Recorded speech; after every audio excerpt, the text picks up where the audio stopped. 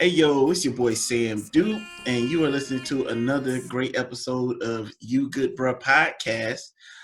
Today I am joined by one of the good bruhs,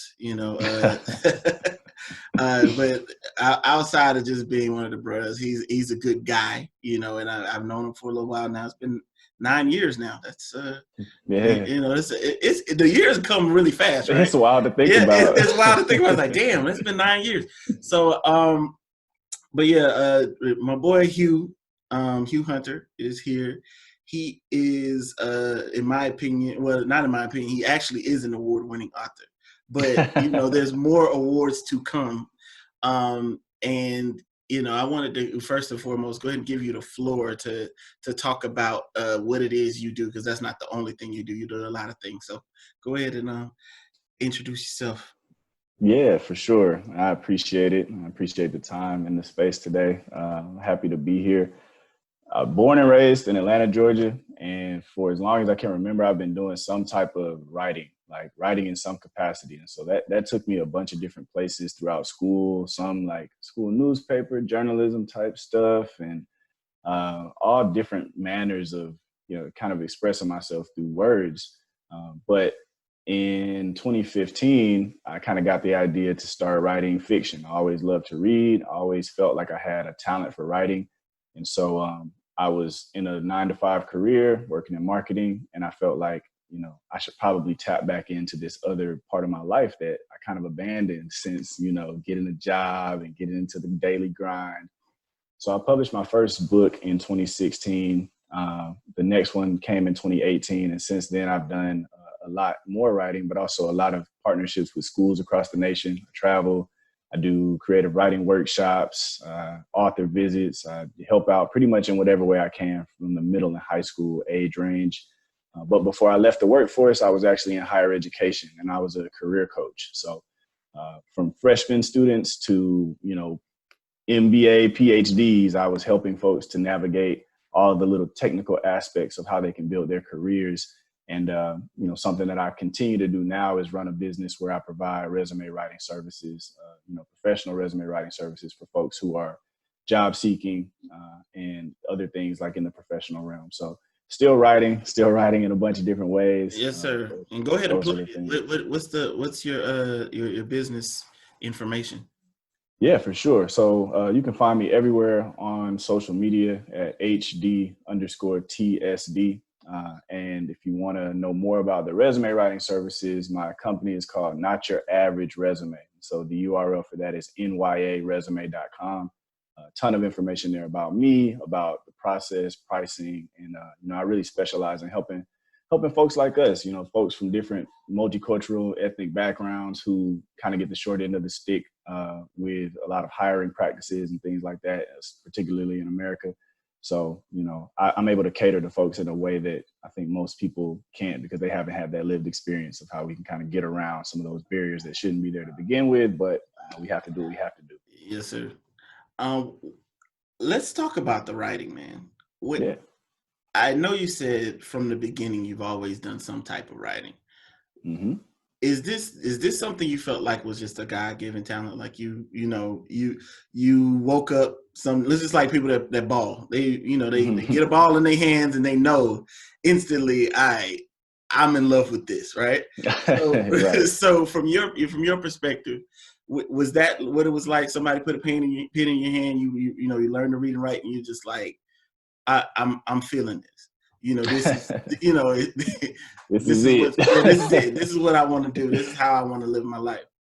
Yeah, no, there was definitely that element to it. But I don't think that I fully leaned into that until I was much older.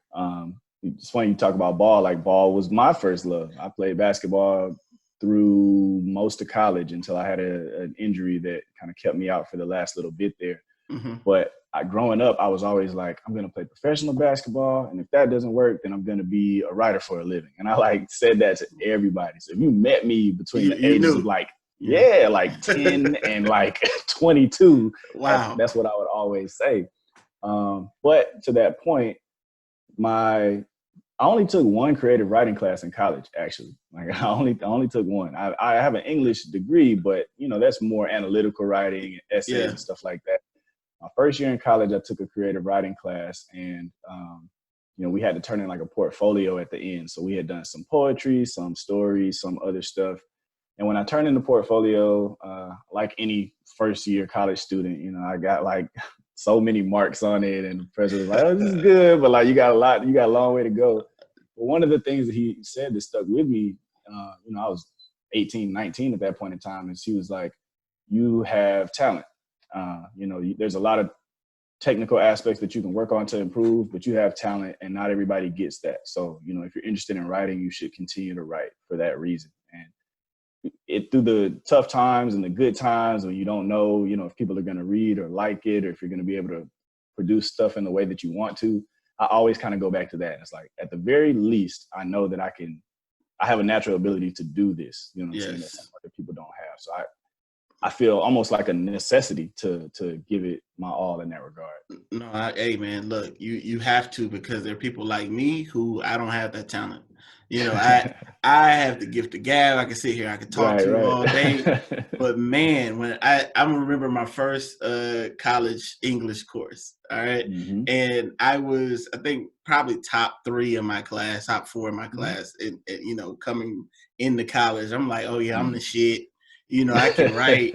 You know what I'm saying? Writing, nigga, that's nothing, right? So, but I write my first paper, right?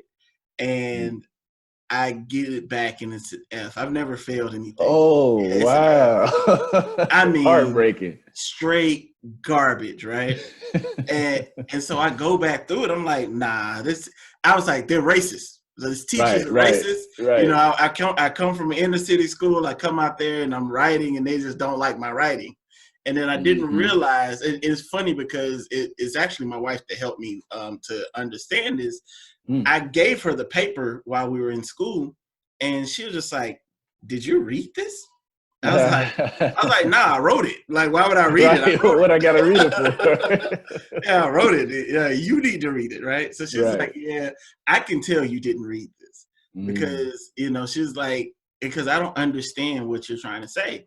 And then so I actually went back in and I read it, and I was just like, I get what I'm saying. But now I can get why other people don't get what I'm saying, right?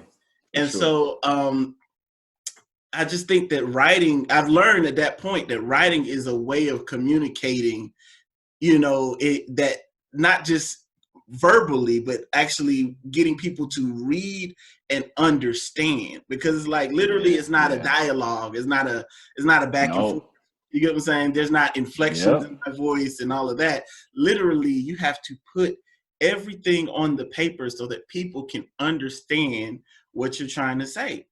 And so, and we're going to get into that a little bit more once we start talking about this book, man. I'm so excited to talk about this book. and so, before we jump into that book, though, can you tell us a little bit about your first book, and then we'll talk more about your second? Yeah, for sure. And so it's funny because a segue off of what you were just talking about is, I feel like that is like that's like the safe haven in writing for me, right? You talk about having like good interpersonal skills, good people skills. And I mean, to be quite honest, like the fraternity made me way more personable and sociable. Like I was not like dealing with people before I was the bruh. Hey, man, it is what it is. Yeah. And so like I've always carried this sort of insecurity about my ability to communicate what I'm thinking or feeling, and have people understand what I'm trying to say or connect with it on a level where there's like a real grasp there. Like I struggled with that for my entire childhood. And so writing being a place where, at this point in my career where there's thousands of students in the nation and in other countries who like are reading the book and saying like, I know what you're talking about. Like I felt this way too. That to me is like mind blowing. Crazy, huh? It's mind blowing. And that was sort of the energy behind some of the stories in the first book. So the first book was a collection of short stories. It's called A Magic Door and a Lost Kingdom of Peace. It's a long title. But my first time out of the gate, I was self-publishing. And I really wanted to do like more of an expose. So I chose a bunch of different topics: friendships, relationships. I got some science fiction in there, some fantasy in there. I was like, I want anybody that picks this up to be able to read at least 1 or 2 stories in here and enjoy them. Enjoy, yeah, have fun. Right. They may not like everything that's in here, but everybody will be able to read something that's in here and be happy with what they read. So I started putting that all together, and I had a lot of help from the community. Like I shared about half the book before, it was even in production to be published on Facebook, and had people reading and giving me feedback and saying, I like this story, I don't like this one so much. So out of 15 or 16 stories that I wrote that year, I ended up putting 10 in the book, and started selling them, like boxing them up literally in my living room and making trips to the post office like in between work. Hey man, you got that ludicrous out the trunk swag, right? Yeah, like, look, literally. Wrap it, pack it up. Yep. Look, ship it out. That's literally how it was. And so, I did that whole thing. I got a lot of good feedback from people, but I also learned a lot like about the entrepreneurial journey and about how it's great to have a cool idea or a cool product, but there's so much work that goes into building a sustainable career as somebody doing it on your own, that by the time I was ready to write the second thing, I had a much, much narrower, in a good way, narrower focus and like a better strategic plan about how I wanted to make it happen. Yeah, man. I mean, the business is always separate from the art, and it sucks to say it that way, but it is. It's just it's two different it's 2 different forms. They tap into 2 different sides of your brain. It's just completely different. And so what about the first book helped you with the second book, as far as the narrow focus? The biggest thing was I ran out of books. Like I ran out of books over and over and over again. To the point to where I didn't have books, nor did I have the capital to buy books up front to then resell them. You know what I'm saying? Like I just kind of I was selling like 100 books a month, which is unheard of in a lot of like indie author spaces, especially debut indie authors. Very, very unheard of. Nobody like knows who you are, right? So there's a stat that estimates that each person like in America, right, has about 600 close associations with people. So like any one person doesn't really know more than 600 people. And of course, those 600 people are in varying degrees of how close you are to them. Of course. But in like 3 or 4 months, I had sold more than 600 books, and I had people waiting like, when are you going to have more books? So I knew that, like we said, either the writing was good or something was there, but the business acumen was not there. that was definitely not there. So in thinking about writing the second book, before I even was thinking about writing, I was thinking about distribution. I was like, what kind of book do I need to create such that the production costs are, what I can afford, or how can I outsource stuff? How can I put less down payment, for my own personal capital to invest to make sure these books can get distributed and utilize other people and maybe just take a cut of the overall profits. Like I was fully thinking about the process as opposed to the art. I was confident that the art would be good whenever I figured that side out, but I knew that I was lacking on the logistics and operations side beforehand. Well, that's good, because I mean, did that help you? Did that help you? Did that actually? I mean, I know the answer, but I want you to tell these people, man. Yeah, man, it changed everything. And the biggest thing that it gave me back was my time, right? Once I figured out how to streamline my distribution, to outsource things to, other production companies, and just to take my cut off the top, I didn't have to make trips to the post office anymore. I didn't have to buy all the materials up front. I didn't have to spend time in my living room packing stuff up. And I mean, even like in the career spaces, I'm talking to people, I'm always trying to get them to acknowledge a little bit more the value of their time, as opposed to, the title of their job or how much money they're going to be making. Like how much time you have to do the things that you want to do, whether that be spend time with your family, pour into some sort of, thing you have on the side. Like that is the most important thing. Right. So that's the key, man. That's a major key. I mean, literally, that's a conversation that me and my brother have had, and he, I was looking to get a promotion, and I was just like, yeah, it's going to be a lot more time, that I have to spend, a lot less flexibility. And then he looked at me and he was just like, what are you really looking for? Like, Right. is it the money that you're looking for? Because like you seem comfortable, you're fine, you're saving, and you get to spend a lot of time with your children. And Yeah. so he made me think about it. I was like, you know what? You're right. You know, literally, we spend this time. We're taught this is the trajectory of life, right? It's Yep. always this, but this is okay too. Yeah. You know, actually getting to the point where you have a little bit of balance. That's just as okay. You Balance know, is it. yeah, balance matters just as much. Speaking of balance, we can go into the second book, man. Go ahead and Okay. Yeah. tell us about the second book. Yeah, so the second book is called Torment.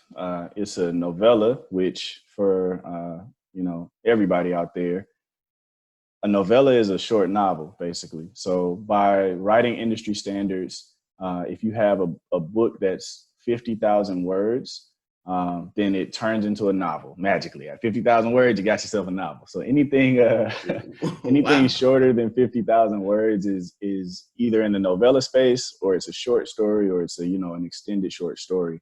And 50,000 words would be about 200 pages of a Word document. So that's kind of like the length that we're thinking about. Okay. Yeah, it's a novella about mental health, and it has made its way into the young adult space, even though that is, to be quite honest, not totally how I intended things playing out. But I wrote the book. It's about a young Black man and his family who grow up in a rural community that doesn't, there's not a lot of money circulating in the community. It's not very progressive. And it happens over the weekend of a funeral. His one of his siblings has passed away, and as is typical, the family has come back in town for the weekend to attend all the memorial services.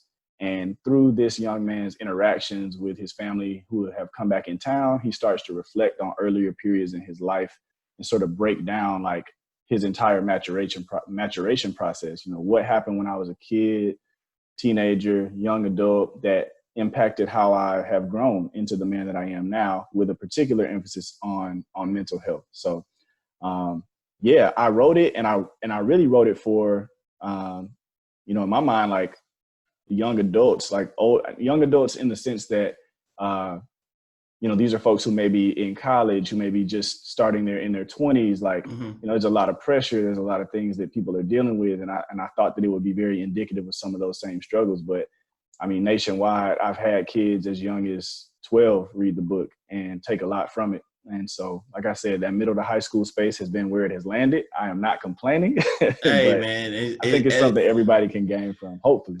Man, look, I opened this book up, and when I tell you the talent that it hit me in the face. It did. It hit me in the face. I'm gonna read this there's two sentences that I was reading. I was just like, wow, that's such a beautiful way to depict like family, right? And you're talking about the dandelion, right? And everybody knows what the dandelion is. And the expert I'm gonna read, it says, all the seeds were together, and just that quickly, they all had new lives, new homes, new futures.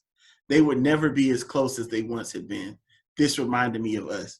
And I was like, whoa, because everybody has done that. Everybody has taken a dandelion and, the wind got it or you blew it, whatever. And literally something that was together like this is all over the place.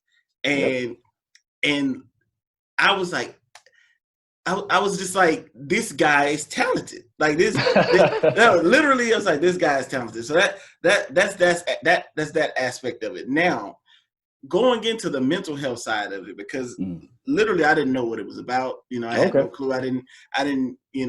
I because it took me so long to get around to the book. Anytime you would talk about it, I just ignore it because I'm like, I'm gonna read it. I'm gonna read it, and then so I was wondering as I was reading this book, how long did you research this? Take me through the process of, I'm not, you don't have, without going into too much detail because I want people to buy it, but take me into the process of figuring out the how you were going to depict the mental health. How do you put it on there? Because is it something you have experience with? Have you worked with it? Like what? because it was so spot on, bro. Like, and I have some clear examples, but go ahead and take me through the research. Like, what was the initial phases? Yeah, definitely. So I think I'm a huge proponent of research when it comes to writing literature. I feel like if you don't really have like a context for what you're trying to build, then it'll affect the authenticity of what you're trying to write. Yeah. So, I'm definitely one of those people, and there are a lot of different elements of research that I put into this book. One, for the location is a big one. I've lived a bunch of different places, but I've never really lived in a town that's like the town for the characters. So, that was something that I really wanted to hone in on. Different experiences from characters that are outside of my lived experience. So, if it's women or if it's, other people from other races, like I kind of have to have some conversations with those people to learn what their thoughts might be or what their actions might be in a certain situation, because I don't want to just write everything through my own gaze of understanding. But as it pertains to the mental health stuff, it was definitely a large part taken from primary research, right? Like my own experiences of going through a period of depression and trying to do everything that I thought would be beneficial for me in that period. Going to therapy, trying to change my lifestyle in ways that just promote healthier living, talking to different friends, going through the highs and the lows of really struggling with, bringing yourself up out of a dark place. And so a lot of like the core energy that the book runs on is from that experience of mine, and, things that are ancillary to that. I definitely did research on to try to just make everything come together. Man, look, and I did work with juveniles as earlier in my career, and it was a lot of mental health issues in the space that I was monitoring. Right. And as I'm reading through it, I'm just like, as I'm reading through the book, I'm seeing this reoccurring thing about being broken. Yep. It's almost like a fight between there's a lot of words that are used over and over in the Black community and Black families. Special, broken. There's the people not believing that you have these issues, or even at one point I think the main character's mother is like, had they not told you that you was special, you'd be fine. You'd be walking around regular like everybody else. And it spoke to the stigma that is still here. Like, not even, it's not going away. I mean, we're talking about it now, but there's still a huge, huge stigma with emotionally and psychologically not being okay. For sure. And I read something on Facebook the other day. It was talking about somebody had posted this. It was like Black kids are self-medicating at a ridiculous rate because they don't feel like they can express themselves to their family based on what they have going on, because they feel like their family's either going to, one, talk about them, or two, tell everybody their business. Right. And so, what do you think about that? Yeah, we're at a period in history where the stress rate, anxiety rate, depression rate among, teenagers and other young folks is the highest that it's ever been since people started measuring that kind of thing.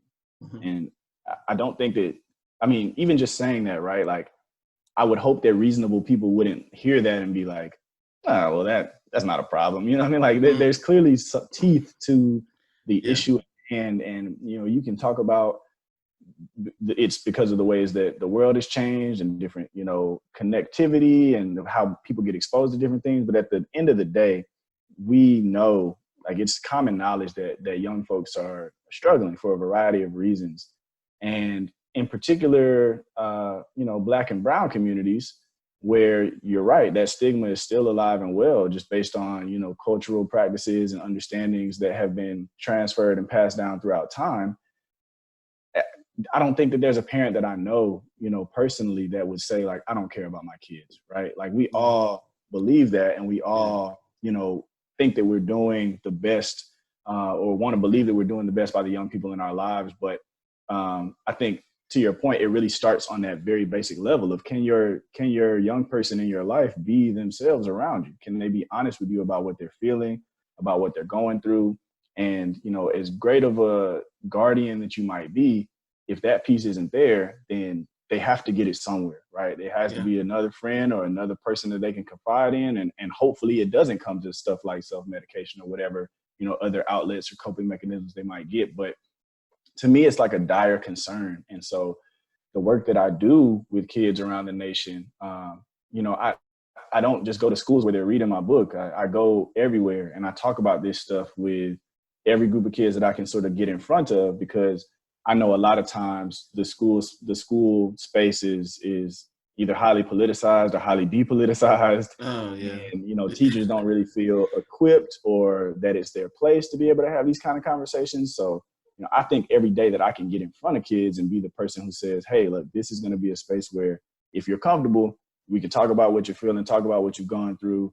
And, you can see that you're not alone. Like I might not be here for forever to keep guiding you through it, but like you can at least in this time that we have together, look across the classroom and see that somebody else has maybe lost a family member or dealt with something difficult, and that you're not the only one that's struggling. Because I think that it feels like that sometimes when you're young. Yeah, man. Yeah, you're right. I mean, it does. It's like every time you're in a space where, because anybody who's been depressed can tell you, you can be around 1,000 people, and it's almost like you're in a bubble by yourself. Absolutely. And interacting with people, talking to people, all of that. And it feels like you're alone, even in a family, because the main character, he's in a family. There's people around him all the time. It's not a small family. Right. And he's always feels like he's by himself, which kind of, in his character, it doesn't necessarily lead to drug abuse, but it leads to like acting out. It's just like, okay, nobody's really seeing me, and so I'm acting out. And that's what I was really, really impressed with, because I was like, did he research this? Because literally a lot of my kids, when I was doing juvenile probation, they had these issues. They were either ignored or not necessarily, seen as is equal to the other kids, or felt as equal to the other kids. And so they go to crime. They go doing stuff they know is dumb. You'll sit there and be like, bruh, you mean why did you do this? Why'd you do this? And it's like, they be like, and literally you realize that you're sitting there, you're talking to them, and eventually they'll get around to telling you. Like, I was at home, I was bored, nobody really cares what I got going on. So I do what I do. I had a 12-year-old kid. Talk about a rap sheet as long as my arm at 12. Yeah. Every day. I was like, come on, man, you can't wake up every day and want to go do this. But he was in that same space, man. And so it's like the connection between mental health, drugs, mental health, crime is a lot more close than people would like to absolutely admit. And I know these kids, like, these kids, and I know these kids as well, right? Yeah. So like, once again, there was ancillary research that I had to do to make sure that I wasn't representing things, falsely. Like, for example, I talk a little bit about his experience in school. And so, I don't work in a school 9 to 5. So I had to like kind of talk to some teachers and look at some school structures and see like, okay, well, what would be the appropriate course of action if a student did this or that?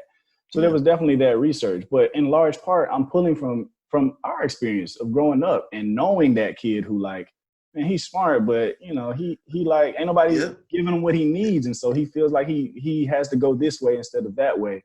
And it was important to me to write about that, because I feel like those aren't the kids who get to read books and see themselves in them. Like, nobody's writing books about those kids, and it's not fair. Dude, I read a lot, and I have not read a book like this in this perspective. Even if there's somebody in the family that has issues, like mental health issues or whatever, it's always the main character talking about, I got a slow brother, or I got a brother that has issues, or he does, that child or that sister is crazy, or we keep her in the room, and that kind of thing. But it's like, no, like this is written from the perspective of the person going through it. Yep. And I think that, I mean, literally the waves of emotion is just like back and forth. You're going through it with them. Like there's some aspect, yep. you know, what I thought was interesting were the times where you could tell that there were the times where they felt normal. You know, it's just like everything's good. Like I'm in a good groove. It feels good to have this person close to me. And then in a, you know, in a blink of an eye, it changes. The course goes off. Somebody says something that is out of pocket, or somebody, you know, comes at the situation with a terrible perspective. And the whole mood, the whole vibe, the whole mental changes. And so I think what do you think about the Black family and us being a little more careful about how we how we interact with one another? Yeah. I mean, it's a necessity in my opinion. So, you know, on this stuff, I try to pull a lot from my own family experience and the experience of people that I know, but you know, I don't have a family of my own yet. So I also try to be sensitive to experiences that other people are working through that I don't have, you know, myself. Because I know that sometimes it's easy to look from an outsider's perspective and say, you know, well, if I had a kid, I would do this. And then people with kids are like, I mean, you think you would do that, but you know what I'm saying? You don't know. No, right? So I try to hold space so that I can be, so that I can try to hold people accountable, not in a, you know, aggressive way, but in a way that promotes open dialogue, but also to know that there are things that I don't understand because I haven't experienced them yet. And I have to take people's word for it if they are going through those different scenarios. But in terms of the sensitivity, I think that, I mean, I think in the Black community, a lot of people will talk about our heritage as Black people all across the diaspora and how, of course, you know, we've been subjugated to different types of oppression from the beginning of time, and how in a lot of ways that has been a part of our evolution process to be hard, to be tough, to be able to withstand, you know, whatever is thrown at us, which, you know, objectively are all good qualities. Nobody would say like it's not a good thing to be tough when things get hard. Like, yeah, we want to have a community where, you know, we believe that we're strong people that can overcome things. But I think that more than one thing can be true. And I think that as times go on, we have to adjust to what the current state of the world is and what the way that we've been operating has produced, right? If we get to 2020 and we say, all right, you know, we're strong as hell, but also we're suffering on the inside, then at that time, you know, hopefully before, but especially at that time, it doesn't make sense to do anything but try to address that root cause, which is, all right, we can still be strong, but we've been stuffing things down too much. Yeah, we need to start creating these outlets. And you know what's funny when you think about that, when you're talking about that, the only thing I could think about was bullying, right? Because you just start to think about the idea of what bullying was when we were children, you know, and you know, of course, we've all had these instances, you know, these instances where either you're being the bully or you're bullying, whatever the case may be. And you know, for us, it's like, oh, I mean, you know, we just gonna fight, you know, 100%. Yeah, we just gonna fight, right? But for these new kids, man, is I've started to understand, like, look, you would be able, like when we were kids, you would go to school, you get into it with somebody, and then you would go home. The door would close, you'd be in your home. There's not a Facebook, a Twitter, there's not screenshots being sent, there's not people sending you stuff that they're saying about you. So it's not constant, right? So you deal with it where you deal with it, and then you would either you fight when you get off the school bus or whatever you got to do. But then when you get home, you home. And I think that we're looking at it. Oh well, we were bullied and we made it, right? We got through it. But it's like we have to account for the change in times, right? And unfortunately, you know, you got kids. They're spending less time outside. They're less likely to put their hands on you. You know, they're not gonna, you know, they want to put their hands on the tablet. They live in a more virtual world. It's For about sure. moving things back and forth. I'm not saying that they don't want to fight, but what I'm saying is we were raised away, and now the world is completely different. It's different, yeah. And we have to be able to acknowledge that with our kids and our families that we have moving forward, man. And I think, especially with the mental health topic, that's what we have to do. We have to understand, like, yes, we handled it away up until this point, but this is where it's gotten us. Exactly. And so to that point, so I think about Dwayne Wade, right, and his daughter, right, his daughter this transition, and I know that a lot of people, you know, will have their own personal views about gender and sexuality and what, you know, what is real and what's not, and, you know, what they would do with their kids or whatever. But all of that aside, I think that if you were to see a headline about a young person, right, I think she's maybe 10 or 11 or something like that. If you were to see a headline about a young person that had done some harm to themselves because they tried to express what, you know, his daughter has expressed to him and Gabrielle Union Wade, and then they were rejected, right, and then they came to harm, everybody would look at that headline and say, this is a bad situation. I wish that didn't happen to that child, right? But on the flip side, we see that, you know, the parents have fully embraced what the child is telling them. That child felt safe. That child felt able to tell them what their perspective was and how they were experiencing the world. And now that child is infinitely better for it. You know what I mean? Like that's how I want people to think. Like, we can avoid so much damage to our young people by being that sort of open-minded and open-hearted.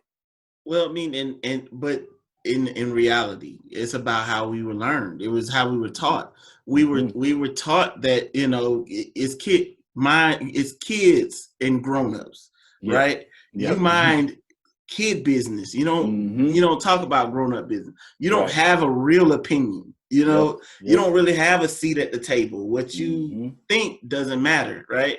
And there was this quote that this woman told me, and it stuck with me before I even had kids. She goes, understand that your kids came from God. So they were with God before they came to you. So they came with a message for you. That's real.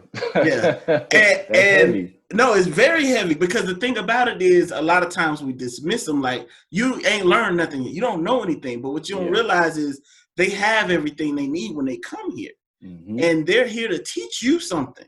Right. And unfortunately, a lot of times, and I'm going to just talk about my experience, it's dismissed. It's like, okay, you know, yes, you're a kid, but you don't know anything about life. You don't know what's going on. You'll learn, you know, that kind of thing. But it's like, look, man, a kid comes into this world and they know a lot more.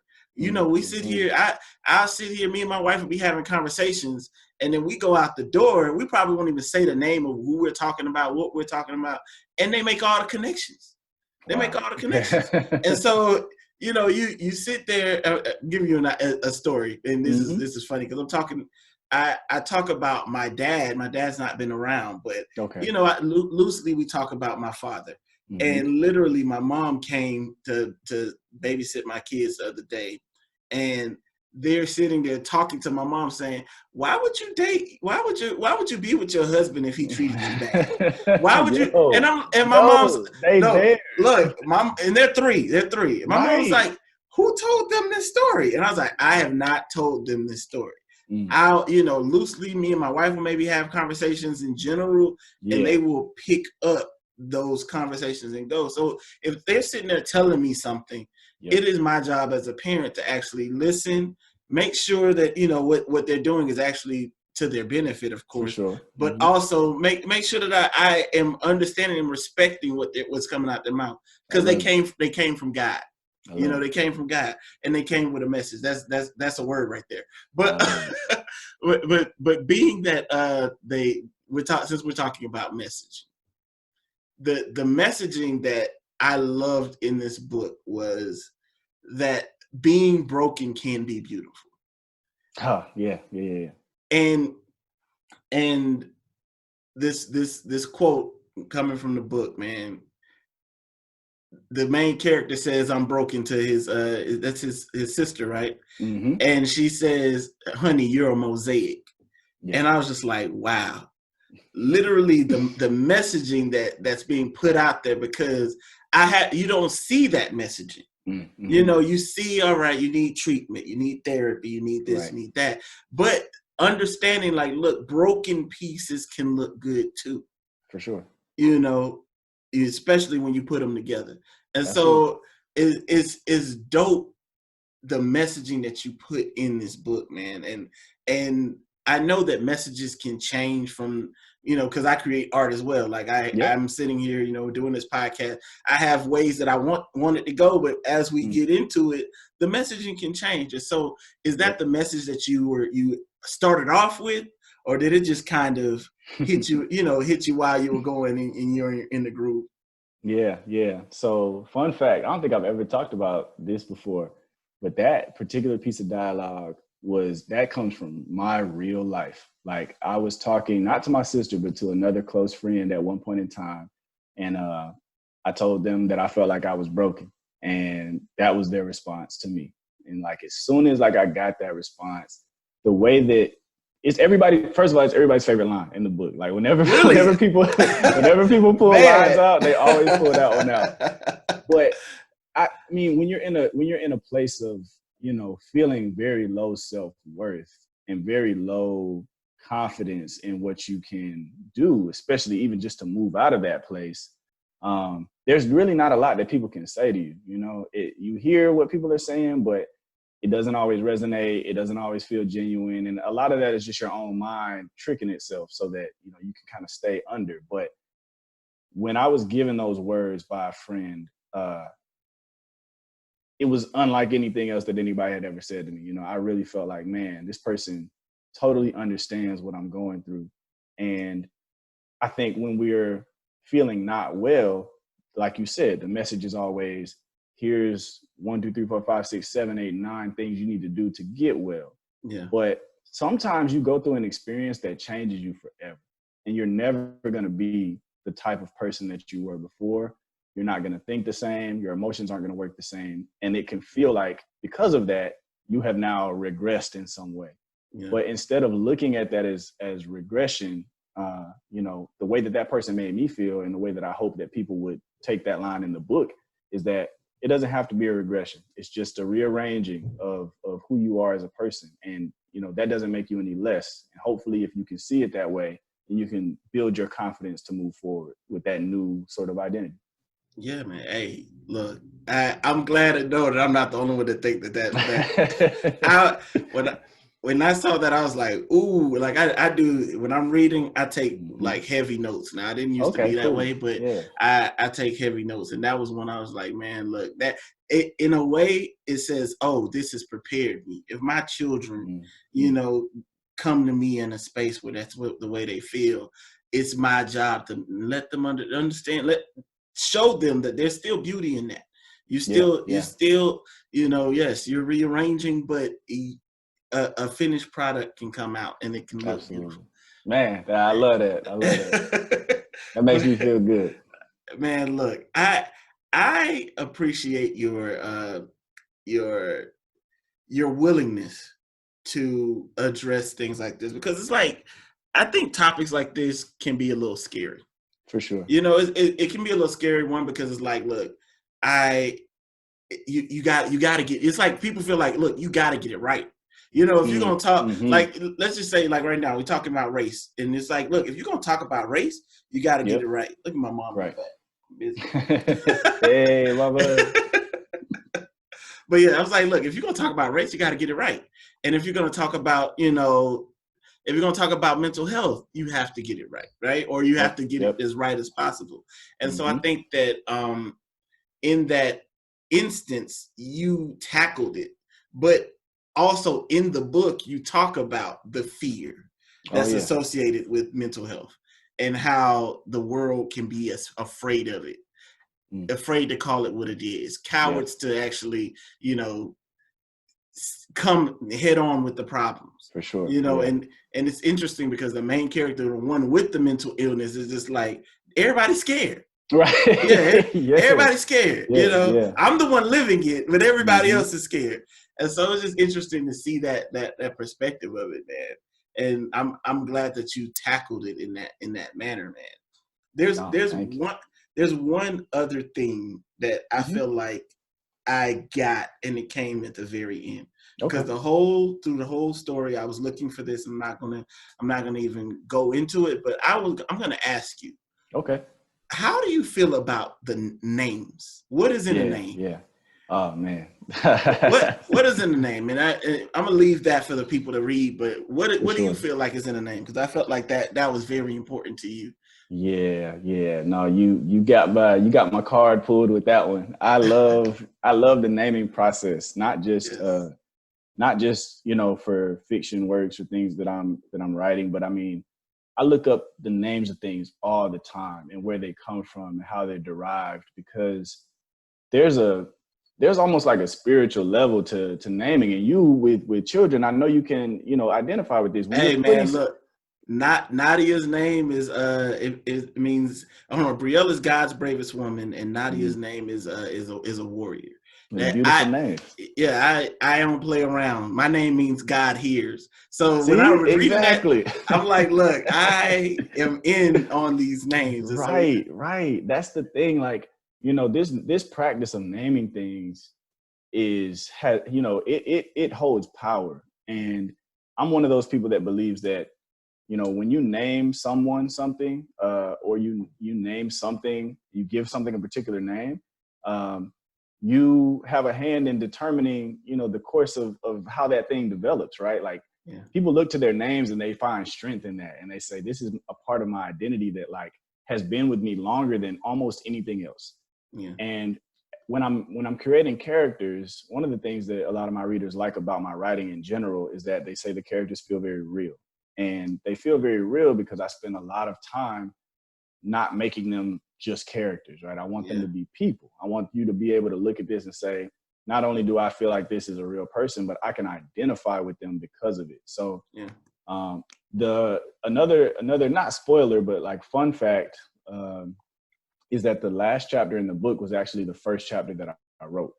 So I knew from the very beginning, how the book was going to end and how I wanted to reveal certain information.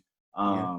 And I always had it in my mind that, like, all right, if I'm going to name a character, that that naming process, I'm going to put all the love into that naming process as if I'm naming my child. You know what I'm Yeah. saying? And I Yeah. want that. I want there to be levels to how people understand this character, with their name being one of those levels. So yeah, it's Man. very important to me, and I'm glad that people see. It always feels good when people are taking out the same things from the book that I put in. Like, I Yeah. know I put that there for people to get, and they grabbed it, and now I feel good about it. Hey, man, look, I'm gonna say that it was a perfect way to wrap it up, because it it really embodied the journey that you went through in the Mm-hmm. book.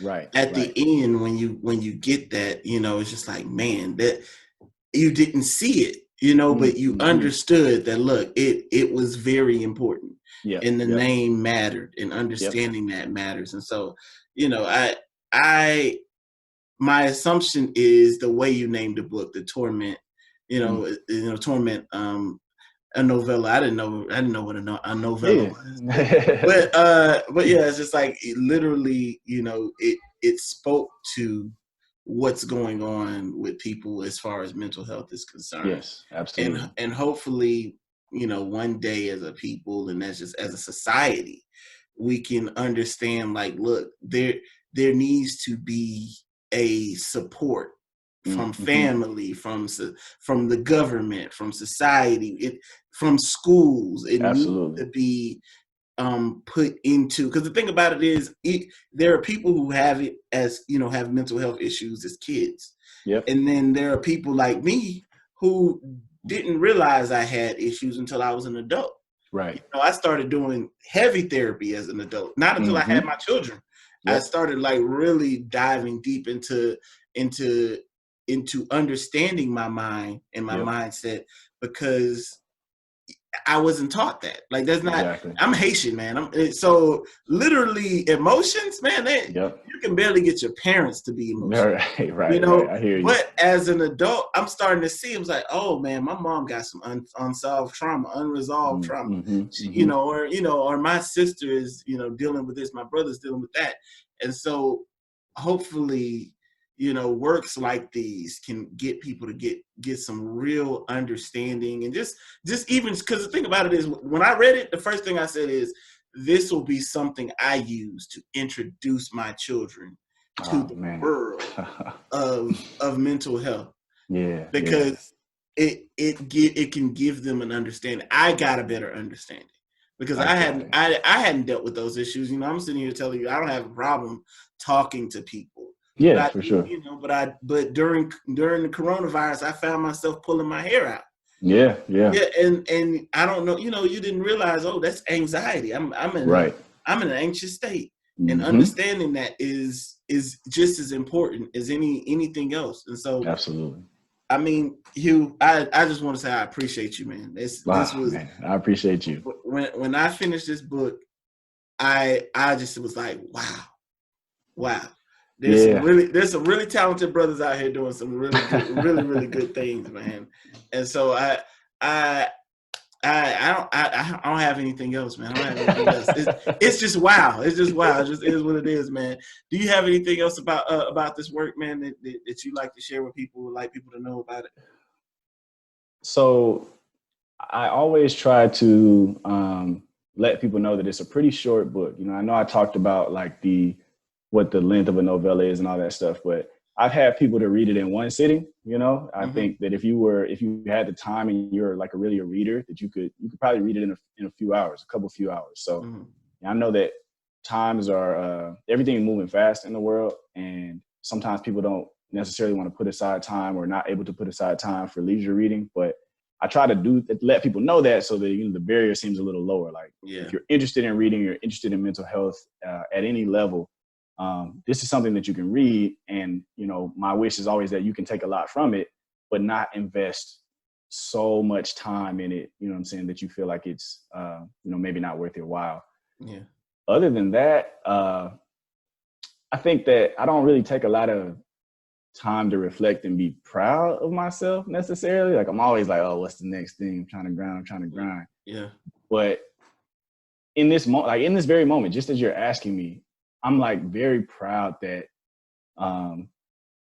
that I was able to write this book, like independent of having an agent, having a publishing deal with a big company and all of that stuff, because I'm in the works for all of that. Like that's coming. That's the next phase. Yeah. But I'll always look back on this point in my career where I was a regular person with a regular job, writing about things that all of us go through, and I was able to create something that people really feel is valuable and really helps them feel seen. Like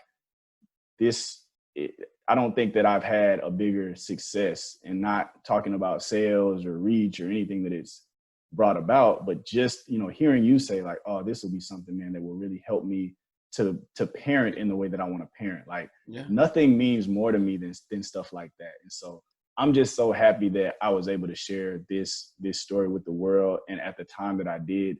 And, I hope people can continue taking from it for a long time. Oh, dog, look, that's the beauty of art, man. It lives forever. Yeah. It's funny because people are like, oh, I didn't listen to the podcast, and say, hey, man, it's going to be there forever. It'll be there. When you're ready to listen, it'll be there. And it's funny because the comments, the reactions, and all of that it trickles in over time, and you start to see like you're literally actually impacting people, man. And for sure. And the beauty of art. Oh, one last thing, bro, because I have to ask all my artists this, man. Okay, yeah. The burden of the art, and we was about to wrap, but I gotta talk about this because this is something that I heard Kirk Franklin say, and I think we're talking. The Breakfast Club was talking to Future about the depression that comes along with being an artist, and Kirk Franklin said this. He said, the art came from God, so you have to be connected to God in order for it not to overcome you. Wow. Yeah. Wow. And Yeah. so I'm going to Mm. ask you about the burden of the art. What about it is burdensome? What about Yeah. the Yeah. artistic mindset and the artistic mind is burdensome? Nah, this is a big question. So there's a lot about the art that is burdensome, and I would just touch on like the main piece for me and a lot of other writers is that um, writing is a very solitary process, and it takes a long time for most people to write things. So you know, I don't dabble in many other art forms, but there are things that you can do that will manifest fairly quickly, right? You could spend a lot of time on a painting, but you could also paint pretty quickly if you're a professional. Yeah. Because there are these guidelines around length and around editing and all that kind of stuff, like writing really becomes a process that is elongated in a way that a lot of other creative processes aren't elongated. And Mm-hmm. so, you know, writing Torment took me about a year and a half. And I mean, it was a year and a half of me being alone. Like in all of my times that I'm not at work around people, I'm at my house alone, writing about very heavy topics, researching heavy topics, diving back into that mental state and emotional Sheesh. state in order to try to convey things accurately. So Yeah. you're doing your art form, but you're isolated from the world in a way that doesn't always feel good.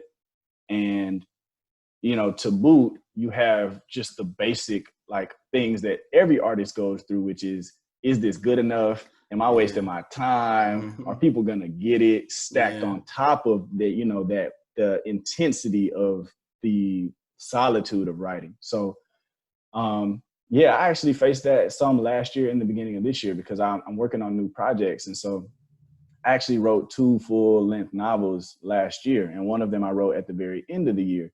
And then the editing process of that pulled me like right up into the edge of quarantine. So like I had already been quarantining by Oh man. myself, focused on writing, and then we were locked down for 10 weeks. And that flow was Yeah. tough. That Yeah. flow was Yeah. tough. So Yeah. it's burdensome in that way more so than not, but I try to pour back into myself.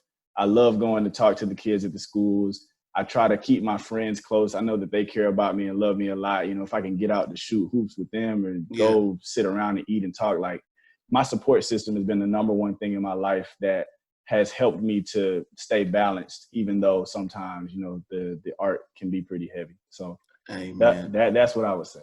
Well, look, man. I'm glad for your solitude, but I'm also glad for your balance as well, man. I Right on. I understand, that the art sometimes can weigh on you because you're trying Yeah. to get it out. You're Yeah. trying to get Yeah. it out, and so I wanted people to know that because it was something I heard, and I'm like every time I get an artist on, I want to talk to them about that Yeah. Yeah. so that No, that's people a can great question. understand. Like, look. But yeah, man, look, I appreciate you, man, for coming on the show, man, spending your time talking about this, man. And literally, you know, I've I read the book and immediately I was like, I gotta have him on because the topics, what's discussed in this book, everything that goes on. Bye, mom. Is is right on point, and literally, it speaks to a big subset of our world Yep. in Yep. in my opinion, an ignored population, Yeah. and it's time to put it on the forefront. And maybe eventually, that's what this show is about. It's about having these conversations, putting things on the forefront, expressing ourselves, so Hmm. that eventually this will no longer be taboo. I hear Eventually, you. our Yep. little boys, our little girls, they're going to be able to communicate more effectively. If they want to be in relationships, they can maintain longer lasting, more fruitful relationships. Right. Those type of things. I think that's what's necessary for us today. And so, with that being said, man, tell these people where they can find you once again. Yeah. Yeah. Yeah. Yeah. So social media, I'm very active on Instagram and Twitter. HD as in HD Hunter _TSD as in the Southern District.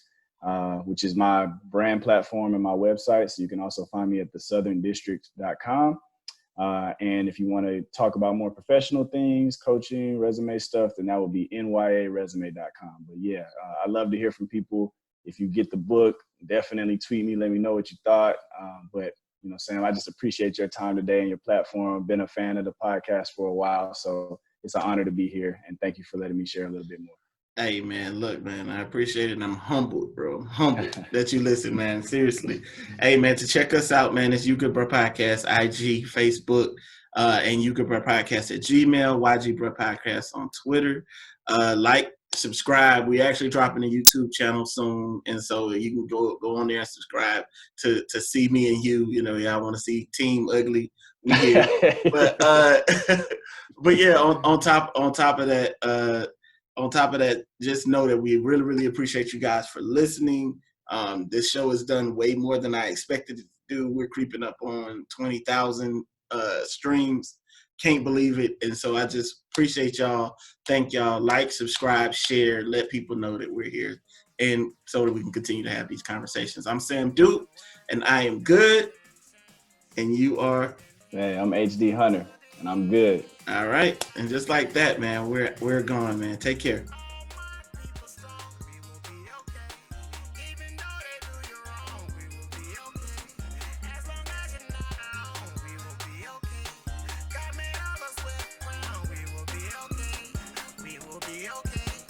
We will be okay.